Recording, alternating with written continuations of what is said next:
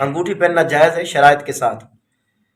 شرائط یہ ہے کہ چاندی کی ہو اور 4.5 ماشے سے کم ہو اور ایک وقت میں ایک ہو، یہ نہیں کہ سارا ہاتھ انگوٹھیوں سے بھرا ہوا ہو، اور اس پر ایک نگینہ بھی ہو۔ یہ 4 شرائط پائی جائیں تو انگوٹھی پہننا جائز ہے، ورنہ جائز نہیں ہے۔